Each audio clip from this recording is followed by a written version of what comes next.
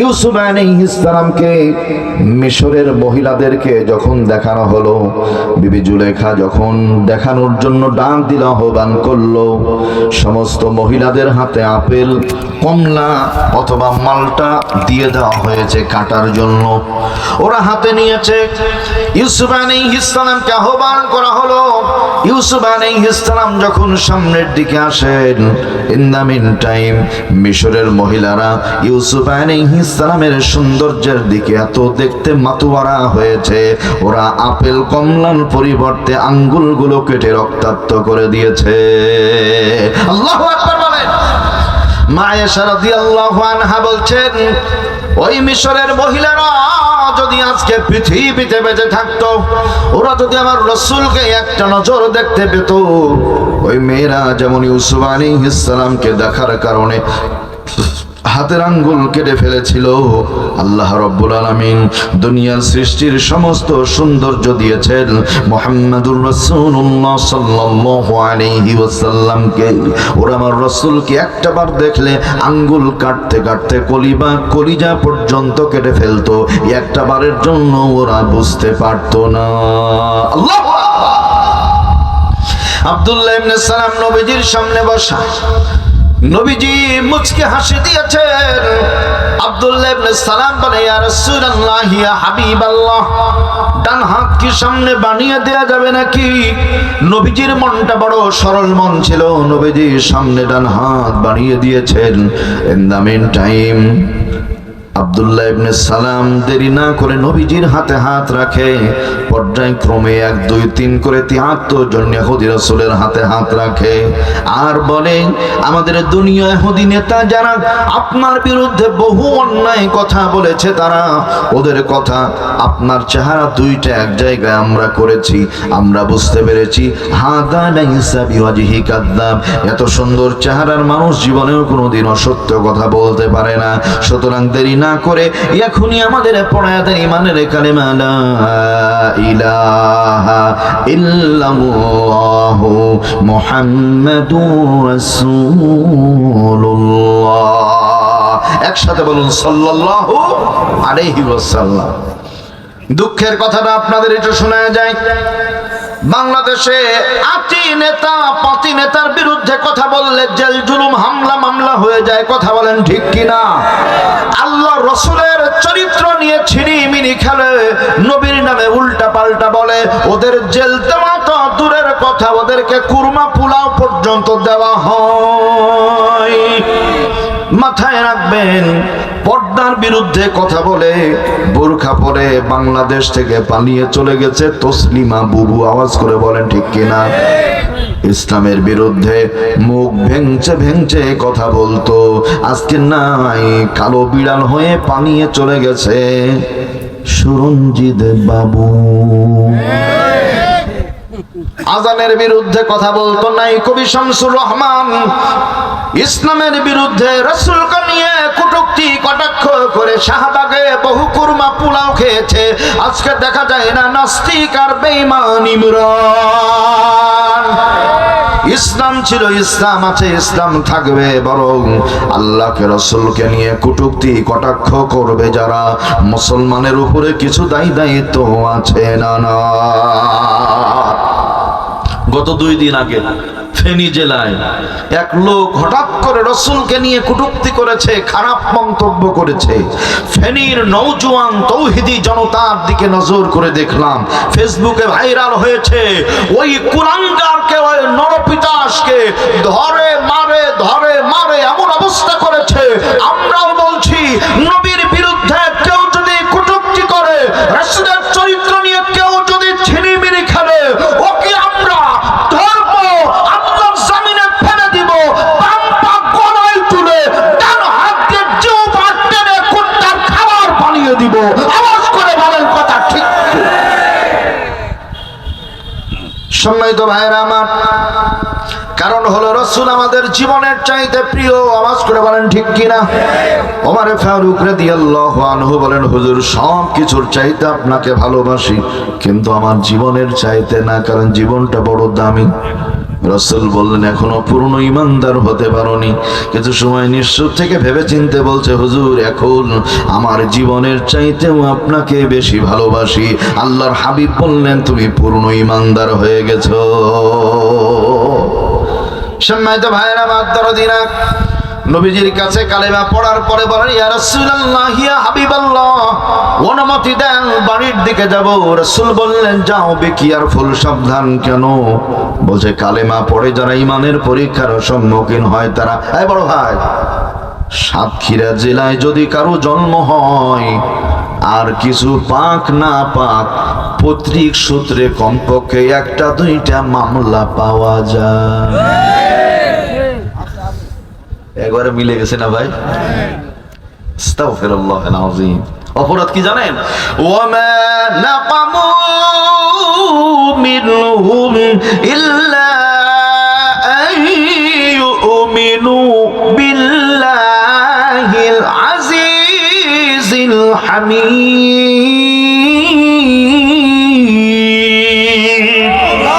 আপনাদের অপরাধ একটাই, আমাদের অপরাধ একটাই। কি? তা হলো আমরা একমাত্র পরাক্রমশালী আল্লাহর উপর ঈমান এনেছি, আল্লাহকে বিশ্বাস করি, দুনিয়ার বাতিলের বিধান মানি না। বলেন তো বিধান মানি কার?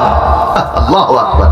কুরআন আমাদের সংবিধান, মারহাবা বলেন।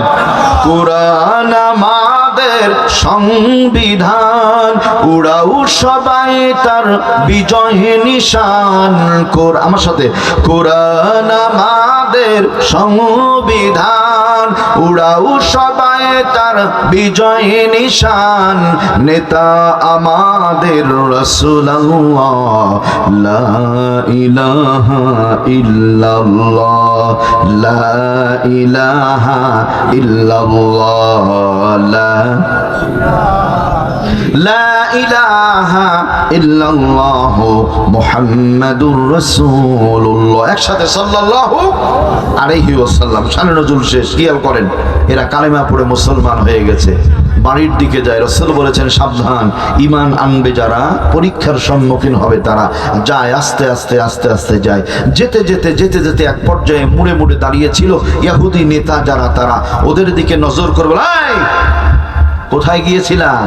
বলে, রাসূলের দরবারে গিয়েছিলাম। নিষেধ করেছি যে? বলছে, এতদিন যায়নি, নিষেধ করলেন কেন? নিষেধ করার কারণেই তো রাসূলকে দেখার আগ্রহ তৈরি হয়ে গেল। আল্লাহু আকবার বলেন। বলছে, আচ্ছা গেলা ভালো কথা, কোনো ব্যাপার আছে নাকি? বলছে, না ব্যাপার নাই, সামান্য একটু ব্যাপার আছে। তা কি? বলছে, রাসূলের দরবারে গেলাম, আল্লাহর হাবিব বড় ভালো মানুষ, এটা মুস্কি হাসি দিলেন, বসতে বললেন বড় আদর করে। হাসি দেখে অন্তরটা জুড়িয়ে গেল। বললাম, সামনে কি ডান হাত দিয়ে যাবে? নবীর মনটা বড় সরল মন, সামনে ডান হাত বাড়িয়ে দিয়েছে। আল্লাহর হাবিবের হাতে হাত রেখে কালিমা পড়ে মুসলমান হয়ে গেছি। এই কালেমা পড়েছো? বলে, হ্যাঁ কালেমা পড়েছো মানে কপাল পুড়িয়ে দিয়েছো। নাউযুবিল্লাহ বলেন। বড় ভাই, কালেমা পড়লে কপাল পুড়ে না। মন খারাপ হয়ে গেল, রাসূলের দরবারে ফিরে আসলো, ইয়া রাসূলুল্লাহ, ইয়া হাবিবাল্লাহ, হুজুর আমরা কালেমা পড়ার কারণে নাকি কপাল পুড়িয়ে ফেলেছি। রাসূল বললেন, চুপ থাকো, দেখা যাক কোনো ফাইসালা আসে কিনা। জিবরাইল আলাইহিস সালামকে আল্লাহ ডাক দিলেন, জিবরাইল দেরি করো না, চলে যাও, আমার রাসূলকে জানিয়ে দাও, পৃথিবীর মধ্যে কালেমা পড়ে যারা আমার রাসূলের সব চাইতে প্রিয় হয়ে যায় তারা। আল্লাহ রাব্বুল আলামিন জানিয়ে দিলেন, জিবরাইল গো, সূরা আলে ইমরানের 113, 14, 15 নম্বর আয়াত নিয়ে চলে যাও, আমার রাসূলের কাছে ওহী নাজিল করে জানিয়ে দাও, ঈমানদার যারা আমার আল্লাহর কাছে সব চাইতে প্রিয় তারা। আল্লাহু আকবার বলেন। বাতি শিয়ালের মতো লুকিয়ে লুকিয়ে 1000 বছর বাঁচার দাম নাই, সিংহের মতো 1 ঘন্টা বাঁচার মূল্য আছে না নাই? আছে। আজকে ফিলিস্তিনে এত জুলুম অত্যাচার, তারপরও মাঝে মাঝে ফিলিস্তিনি মুসলমানগুলি যখন হুঙ্কার দেয়, তখন আস্তে আস্তে আমেরিকা আর রাশিয়া আর অন্যান্য ইসরায়েল সব পিছু হটা শুরু করে।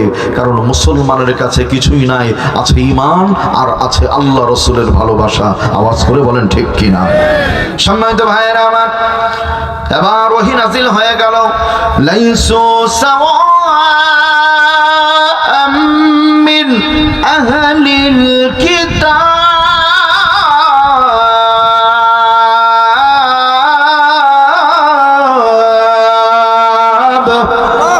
দুনিয়ার আহলে কিতাব মানে ইহুদি খ্রিস্টানগুলি এক সমান নয়। এদের ভেতরে কিছু কিছু মানুষ আছে যারা গোপনে কালেমা পড়ে মুসলমান হয়েছে। সুবহানাল্লাহ বলে। শুধু কালেমায় পড়ে নাই, রাত্রি যখন গভীর হয়ে যায়, মানুষ যেন দেখতে না পায়, পূর্ব পশ্চিম দিক করে জায়নামাজ পড়ে আসমান জমিনের মালিক আল্লাহকে ওরা সেজদা দিয়ে দেয়। আল্লাহু আকবার। আয়াতের তাফসীর করতে গিয়ে তাফসীরে কাবীরের লেখক ইমাম রাজি রাহমাতুল্লাহ আলাইহি বলেন, পৃথিবীতে নবীর উম্মত হবেন হব যারা, তাদের গুণাগুণ বৈশিষ্ট্য হবে 8টা। একটু বলেন তো, নির্বাচন তো চলছে, ইউনিয়ন কাউন্সিল চলে, বলেন নবীর উম্মতের বৈশিষ্ট্য কয়টা? আরো জোরে বলেন কয়টা? 8টা। 1 নাম্বার উম্মাতুল কাইমা, দ্বীনের প্রতি অটল থাকা, অবিচল থাকা, দৃঢ় থাকা, প্রতিষ্ঠিত থাকা। বাজান খেয়াল করেন, আঙ্গুলটা সোজা না বাঁকা? মুসলমান থাকবে সোজা। মুসলমান সোজা থাকলে তাকান, জেল হবে, জুলুম হবে, হামলা হবে, মামলা হবে, যত কিছুই হোক না কেন, স্লোগান একটাই, আল্লাহ মোদের প্রভু, রাসূল মোদের নেতা, আল্লাহ ছাড়া কারো কাছে নুয়াই না কো মাথা। ঠিক কিনা? মাথা নত হবে কার কাছে? কোন খাজা বাবা, দয়াল বাবা, কেবলা কাবা, লাঠাল বাবা, গাছেল বাবা, রশি বাবা, দড়ি বাবা, ল্যাংটা বাবা, কাপড় পরা বাবা, কোন বাবার দরবারে মাথা নত হবে না। একসাথে আওয়াজ করে বলেন, মাথা নত হবে কার কাছে? স্মরণ থাকবে ইনশাআল্লাহ। আমরা কিন্তু অনেকেই আছি মাজারে গিয়ে মাজার জিয়ারত করে বলি, বাবা ও বাবা একটা সন্তান দেও বাবা।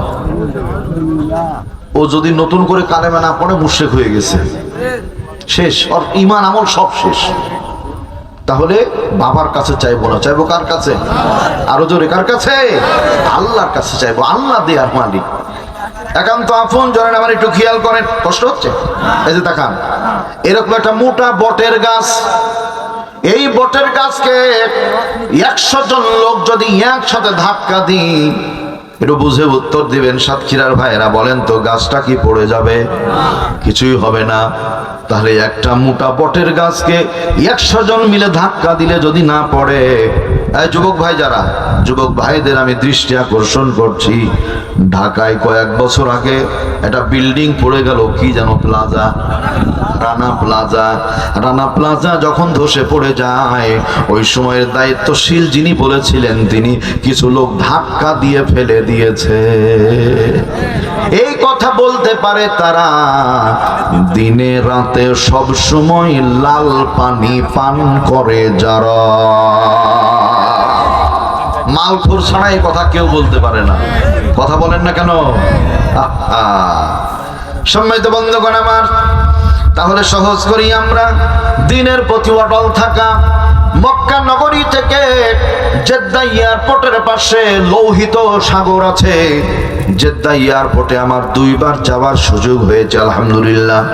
হজে গিয়ে আমি 2 বার গেলাম। এই জেদ্দা লোহিত সাগরের পানিটা বড় নোনা পানি, নোনা পানি। সাতক্ষীরাতে গলদা চিংড়ি, বাগদা চিংড়ি, ট্যাংরা বেশি হয়, তাই না বাজার? এগুলো বেশি হয়, কিন্তু হলেও সাতক্ষীরার পানি, রাজশাহীর পানি বা খুলনার পানির যে অবস্থা, 3 হাত দূরে মাছ আর দেখা যায় না। কিন্তু মক্কা নগরীতে যে জেদ্দা আছে, জেদ্দার যে সাগর আছে, ওই সাগরে 4 হাত 5 হাত দূরেও মাছগুলি পানির তলে দেখা যায়। এত স্বচ্ছ পরিষ্কার, একটু জোরে বলেন আলহামদুলিল্লাহ। মাছ দেখা যায়, একদম স্বচ্ছ পরিষ্কার পানি। আমি নামলাম যে একটু উজু করি, ও বাবা এত লবণাক্ত, ওই গায়ে দেওয়ার সাথে সাথে গা আঠা আঠা হয়ে যাচ্ছে, মুখে নেওয়াই যায় না। জেদ্দা সাগর দিয়ে ভেসে যায়। কথাগুলি পাবেন তারিখ ইবনে বতুতার মধ্যে। আল্লামা ইবনে বতুতা রাহমাতুল্লাহ আলাইহি ভ্রমণ পিপাসু মানুষ ছিলেন। তিনি বর্ণনা করেছেন, এই একটা বাণিজ্যিক কাফেলা যায় যায় যায়, যেতে যেতে মালদ্বীপের সাগরের মাঝখানে পৌঁছে গেছে। বিশাল একটা কাফেলা, বাণিজ্যিক জাহাজ, তাকান, হঠাৎ করে ঝড়, আইলা লাইলা, নার্গিস, হারিকেন, মহাসিন, বুলবুল, আমফান, এমন ঝড়ের নাম আছে না? নাই। সিডর, এ সমস্ত ঝড় যখন শুরু হয়ে গেল, জাহাজটা আস্তে আস্তে পানির মধ্যে ডুবে চলে গেল। ওই জায়গায় জাহাজের মধ্যে যত মানুষ ছিল, এই অনেক মানুষের মধ্যে একটা সন্তান ছিল, আল্লাহর বান্দার নাম ছিল আবুল বারাকাত। আল্লাহু আকবার বলেন। আবুল বারাকাত বলে, আমি লাফ মেরেছি জাহাজ থেকে, সঙ্গী সাথী যারা তারাও লাফ মেরেছে। আমার চোখের সামনে দেখলাম বহু মানুষ পানিতে হাবুডুবু খায়, নিচে যায় উপরে আসে, নিচে যায় উপরে আসে। চোখের সামনে মানুষগুলি মারা গেল, ইন্তেকাল করলো। আমিও পানির নিচে যাই উপরে আসি, নিচে যাই উপরে আসি। হঠাৎ করে মনে হলো, না না না, বাজান বলেন তো, বাঁচানো আর মারার মালিক কে? ওয়ায়ুমিতু ওয়া ইলাইহি তুরজাউন।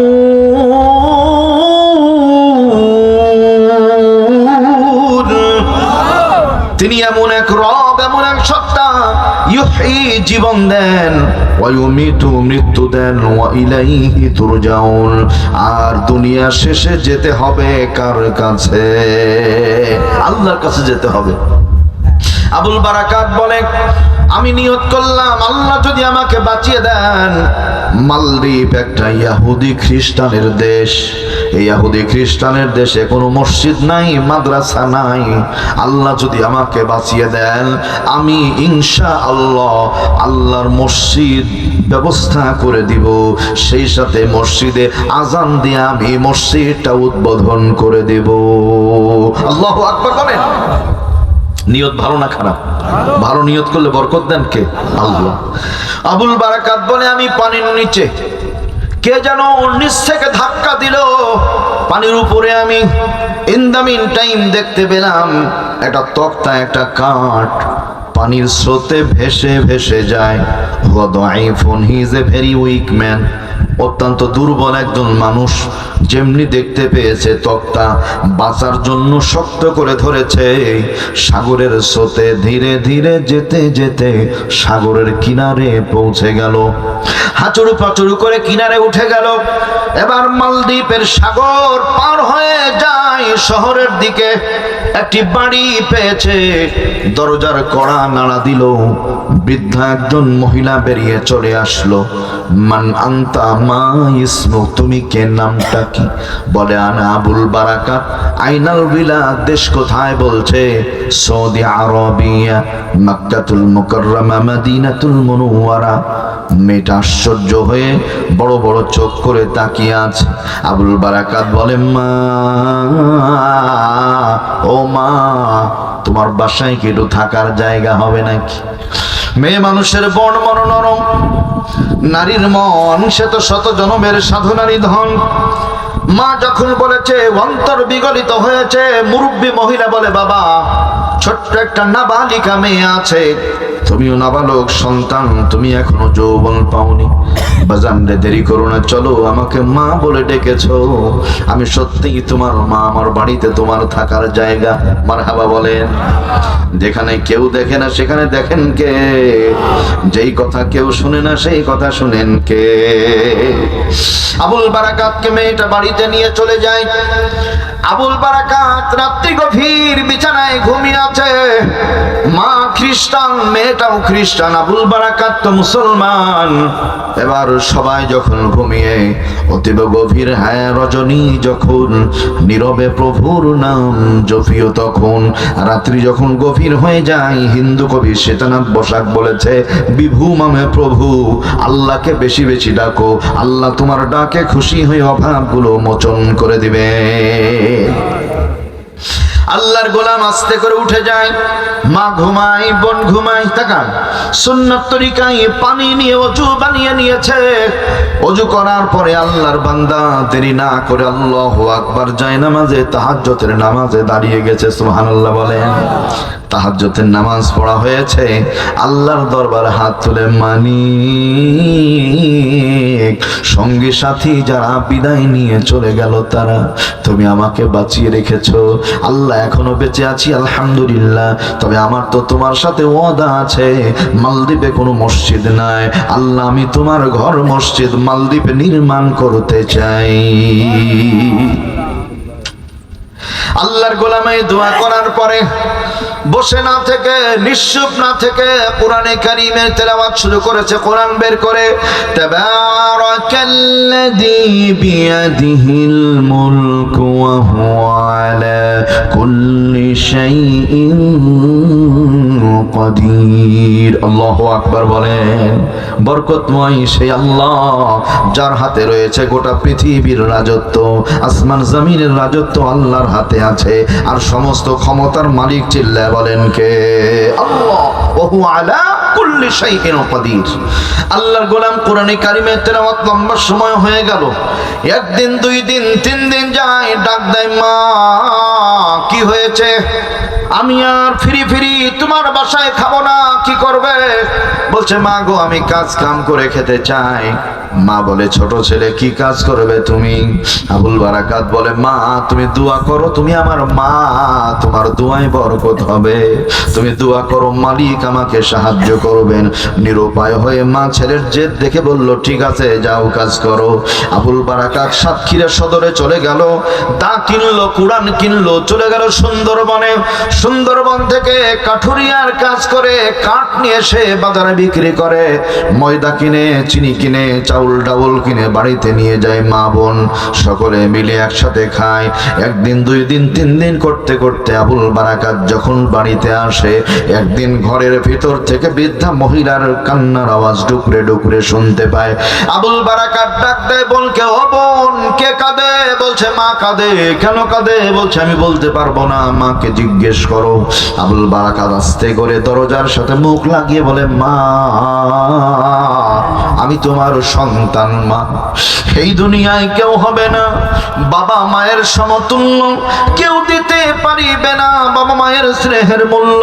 সন্তান হলো মা জননীর অমূল্য ধন, তাই সন্তানের কিছু হলে সবার আগে কাঁদে দরদি বাবা মায়ের সাতক্ষীর অনেক ভাই বিদেশে আছে, কি বলেন আছে না? নাই আছে, অনেক ভাই বিদেশে আছে, অন্য কোন জেলে আছে। তাকান, বাবা মা দুপুর বেলায় খানা খেতে বসেছে, ভাতগুলো মাখিয়ে এনে লুকমা কেবল মুখে দিবে, হঠাৎ করে অন্তরের মধ্যে কেমন যেন করে উঠে, খাবারটা রেখে দেয়, ফোন নিয়ে ফোন দেয়, বাবা আলমগীর, বাবা জাহাঙ্গীর, বাবা আব্দুর রহমান, বাবা আব্দুস সালাম। খাবার মুখে দিতে গিয়ে ভাত হাত থেকে পড়ে গেল। একটু বল তুই কেমন আছিস? সন্তান ডাক দিয়ে বলে, মা ঠিকই আছে, আমি জানি দুনিয়ার কেউ জানার আগে তোমাদের অন্তরে খবর হয়ে যায়। এইমাত্র আমি মেশিনে কাজ করতে গিয়ে আমার ডান হাতটা ভেঙে গেছে। মার খাবার খায় না, বাবা খাবার খায় না, চোখের পানি ফেলে আল্লাহু আকবার বলেন। এই দরদের ভাইয়েরা, রাস্তা দিয়ে অফিসার যায়, রিকশায় চড়ে, ফোন এসেছে শ্বশুর বাড়ি থেকে। ফোনটা ধরার পরে ডাক দেয় বাড়িয়ালি, বলে, স্বামী কি হয়েছে? বলে, আব্বার সাথে কথা বলো। আব্বা মানে শ্বশুর আব্বার সাথে, শ্বশুর আব্বার সাথে কথা বলে। শ্বশুর আব্বা বলে, 20,000 টাকা 5 কেজি ওজনের একটা ইলিশ মাছ বা রুই মাছ নিয়ে আসবা জরুরি। বলে, অসুবিধা নাই। এরপরে কিছুক্ষণ পর আর একটা ফোন আসলো, আব্বা আব্বা করে দিয়ে বলছে, 500 টাকা গত মাসে দিয়ে আসলাম, এত টাকা করেন কি? রিক্সাওয়ালা বলছে, প্রথমেও বললেন আব্বা, পরে আব্বা, বাপ কয়টা? বলছে, বাপ একটা। তো বলছে, প্রথমটা শ্বশুর আব্বা, দ্বিতীয়টা নিজের আব্বা। 20,000 টাকা কার জন্য? শ্বশুর বাড়ির জন্য। 5 কেজি রুই মাছ কার জন্য? শ্বশুর বাড়ির জন্য।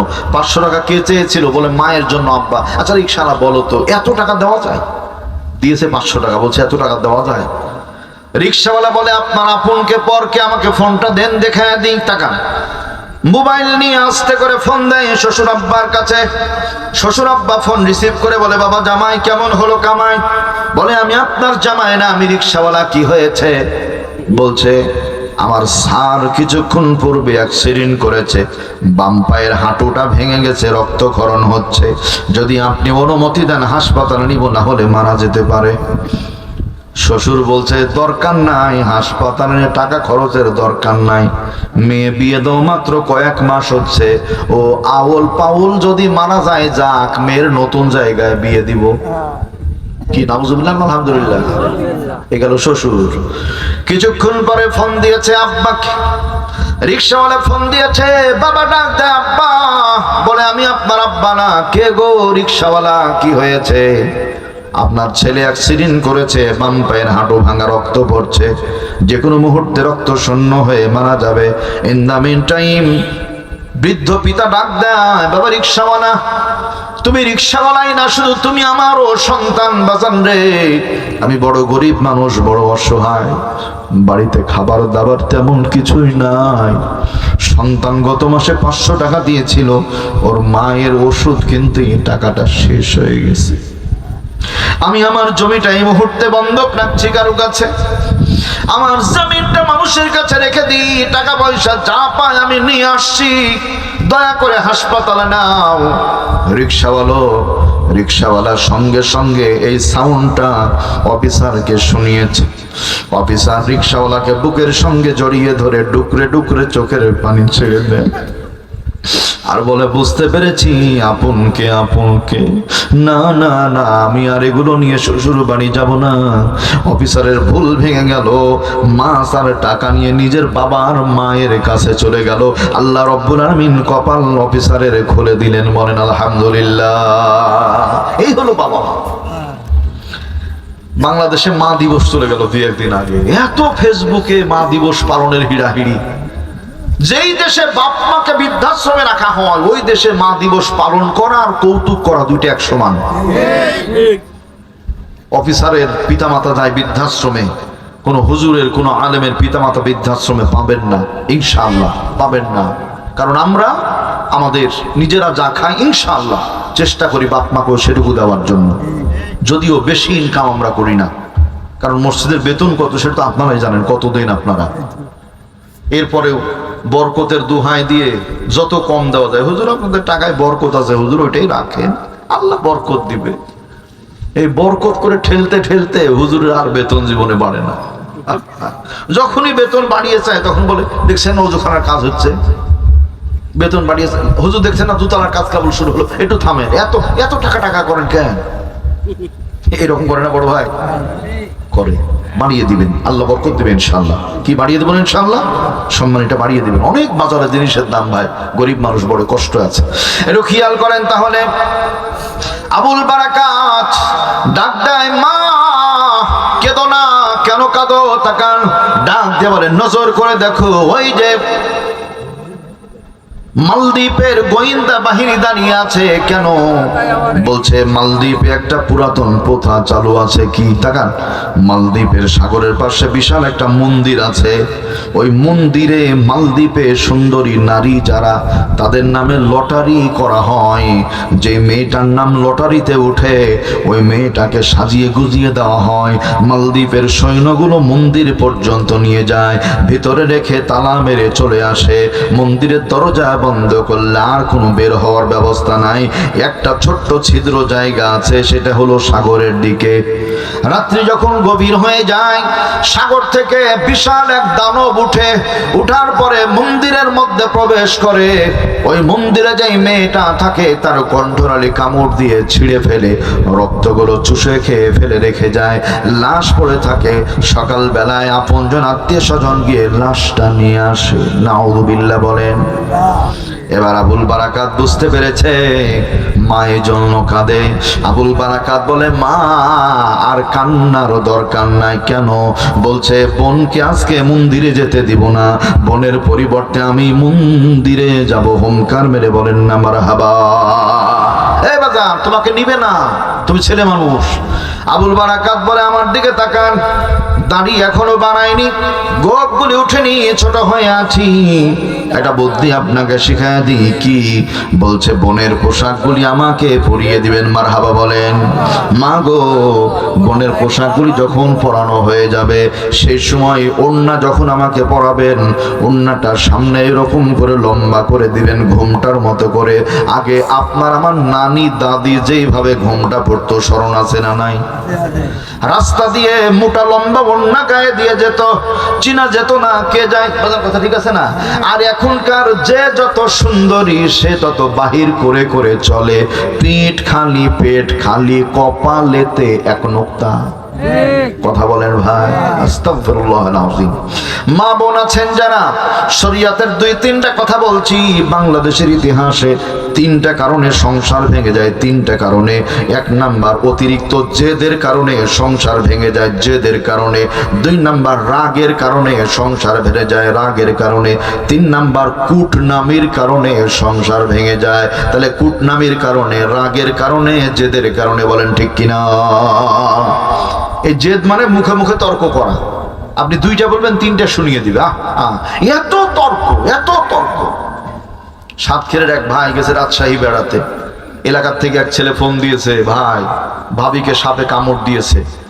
বসে দেখ সাপটা মরে গেছে না বেঁচে আছে। বড় ভাই, সাপে কামড় দিলে মানুষ মরে না সাপ মরে? তো বলছে, ভাই এর কি করেন না, সত্যি সাপে কামড় দিয়েছে। বলছে, আরে তোর ভাবিক নিয়ে সংসার করি আমি, তোর ভাবির যে বিষ তাতে তো সাপ মরার কথা রে, তোর ভাবি তো মরার কথা না। মা বোন আছেন যারা, অনুরোধ করে যায়, স্বামীর সাথে গন্ডগোল করবেন না, রাগারাগি করবেন না, ইনশা আল্লাহ। আমরাও বলছি, ভাই বোন, ভাই যারা আছেন, মুরব্বী যারা আছেন, স্ত্রীর সাথে গন্ডগোল করবেন না। নবী করিম সাল্লাল্লাহু আলাইহি ওয়াসাল্লামের ভাষা অনুযায়ী, স্বামী স্ত্রী যদি সামনাসামনি বসে প্রেমের গল্প করে, রসের গল্প করে, যতক্ষণ পর্যন্ত 2জন প্রেমের গল্প করবে, কিছুক্ষণ পরে একজন মুস্কি হাসি দিয়ে যদি আস্তে করে সরে যায়, যতক্ষণ গল্প করলো, আল্লাহর হাবিব বলেন আমলনামায় নেকি সওয়াব লেখা হয়। সুবহানাল্লাহ, ভালো কাজই নেকি। পক্ষান্তরে সানিয়া, তনিয়া, বিউটি, রিঙ্কি, পিঙ্কি, লাইলা, নার্গিস, হানিয়া, এদের সাথে যদি গল্প করা হয়, আমলনামায় গুনাহ লেখা হয়। নাউজুবিল্লাহ বলেন। তার মানে বৈধ স্ত্রীর সাথে গল্প করলে নেকি হয়, আর অবৈধ কোনো নারীর সাথে কথা বললে গুনাহ আমলনামায় লেখা হয়ে যায়। নাউজুবিল্লাহ বলেন। কলিজার ভাইয়ের আমার দরদিরা, এবার আবুল বারাকাত বলে, মা ওড়নাটা লম্বা করে সামনে ঝুলিয়ে দিবা, ওরা যেন চিনতে না পারে আমি ছেলে মানুষ না মেয়ে মানুষ। আওয়াজ করে বলেন মারহাবা। মা দেখলো এই কথা বলে আটকানো গেল না, এখন নতুন পদ্ধতি। বাজার ভয় লাগে না, জানের মায়া না? বলছে, আমার ব্যাপারে কি জানো? বলছে, তোমার নাম আবুল বারাকাত। আর কি জানো? বাড়ি তোমার মক্কায়। আর কিছু? বলছে, না। 3 নাম্বার আমার একটা পরিচয় আছে। কি 3 নাম্বার পরিচয়? বলছে, আল্লাহ রব্বুল আলামিনের 30 পারা কোরআন আল্লাহ আমাকে মুখস্থ করিয়ে কোরআনের হাফেজ বানিয়ে দিয়েছে। যার সিনাতে আছে কোরআন, নাইকো তাহার ডর, কোরআন ছাড়া হৃদয়খানি শয়তানেরই ঘর। একটা ছেলে আলেম হলে লাগবে রে তোর মরণ কালে, চান কবুজের কালে তুমি পাইবে রে আসাল। একটা ছেলেও আলেম হলে বানাও মুসলমান। বাজান সবাই বলি ইনশাআল্লাহ। ছেলে যদি আলেম না হয়, তখন বাপ মারা গেলে মোবাইল নিয়ে শুধু ছবি তুলবে, সওয়াব হবে ছবি তুললে না। বরং আলেম যদি হয়, সবাই আমার সাথে, রব্বির হামহুমা কামা রব্বায়ানি সগীরা।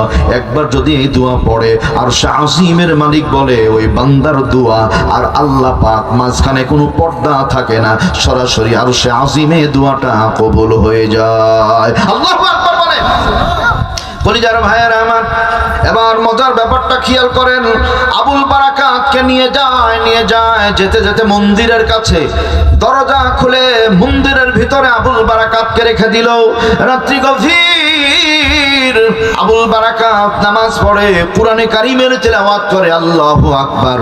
মাঝে মাঝে ছিদ্র দিয়ে সাগরের দিকে তাকায়। তাকাতে তাকাতে একবার দেখে বিশাল একটা পানিতে পাক শুরু হয়েছে। বন্যায় পানিতে পাক হয় কি হয় না? ঘূর্ণিপাক শুরু হয়, নৌকা পড়লে নৌকা পানির তলে ডুবে চলে যায়, মানুষের জীবন শেষ হয়ে যায়। আবুল বারাকাতের বুঝতে বাকি নাই জীবন প্রদীপ এখনই শেষ হয়ে যাবে। বুঝতে পেরেছে, তাকিয়ে আছে আসমানের দিকে নজর করে, রব্বুল আলামিন আমি তোমার গোলাম, তুমি দয়া করো, মায়া করে আমাকে হেফাজত করো। ও কলিজার ভাইরা আমার, কেউ যদি আল্লাহর কাছে সাহায্য চায়, হেফাজতকারীকে আল্লাহ হেফাজতকারী হয়ে যায়। আবুল বারাকাত যখন সাহায্য চেয়েছে, নজর করে দেখে দানব ওই পানির পাক থেকে আস্তে আস্তে আস্তে আস্তে এইরকম করে মাথাটা উঁচু করে, বিকট আকৃতির চেহারা, বিশাল বিশাল চক্ষুগুলি। আবুল বারাকাত কিছুটা ভয় পেয়ে গেল, মাথা নিচু করে আবার অন্তরে শক্তি সঞ্চার করে আসমানের দিকে নজর করে ডাক দেয়, মালিক আমার এখানে কেউ নাই, তুমি আছো। তবে একটা দাবি তোমার কাছে, জানে মেরো না, পানি থেকে বাঁচিয়েছো, মন্দির থেকেও বাঁচিয়ে দাও, আর আমার মনের আশা পূরণ করো, আমি যেন মালদ্বীপে তোমার ঘর মসজিদ নির্মাণ করে দিতে পারি। আল্লাহর গোলাম এরকম লক্ষ্য করেন, দানব মাথা উঁচু করে আবুল বারাকাত এইভাবে নজর করে আছে। এই দানবটা কিভাবে তেড়ে আসবে, আবুল বারাকাতকে শেষ করে ফেলবে, নাকি আবুল বারাকাতই দানবকে মেরে ফেলবে? মালদ্বীপে কি অবস্থা হবে? কলিজার ভাইরা বাজানরা বলেন তো, জানার দরকার আছে না নাই? হযরত ওসমান যিন্নুরাইন রাদিয়াল্লাহু আনহুমা তিনি বলছেন, পৃথিবীর মধ্যে মান বানা লিল্লাহি মাসজিদান বানাল্লাহু লাহু বাইতান ফিল জান্নাহ, আল্লাহর এই দুনিয়াতে মসজিদ ঘর নির্মাণ করে যারা, আল্লাহ পাক তাদের জন্য জান্নাতে বিল্ডিং বালা খানা বানিয়ে দেন। সুবহানাল্লাহ বলেন। দান করিলে মাল কমে না, নেকির পাল্লা হয় ভারী। এই দুনিয়ায় দান করিলে আমার আল্লাহ জান্নাতে বানান ঘর বাড়ি।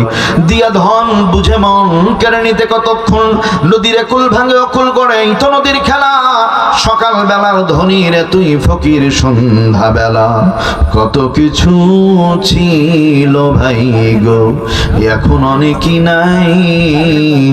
বাবা মা আদর করে রেখে গেল, এখন তারা কবরে দিন কাটা।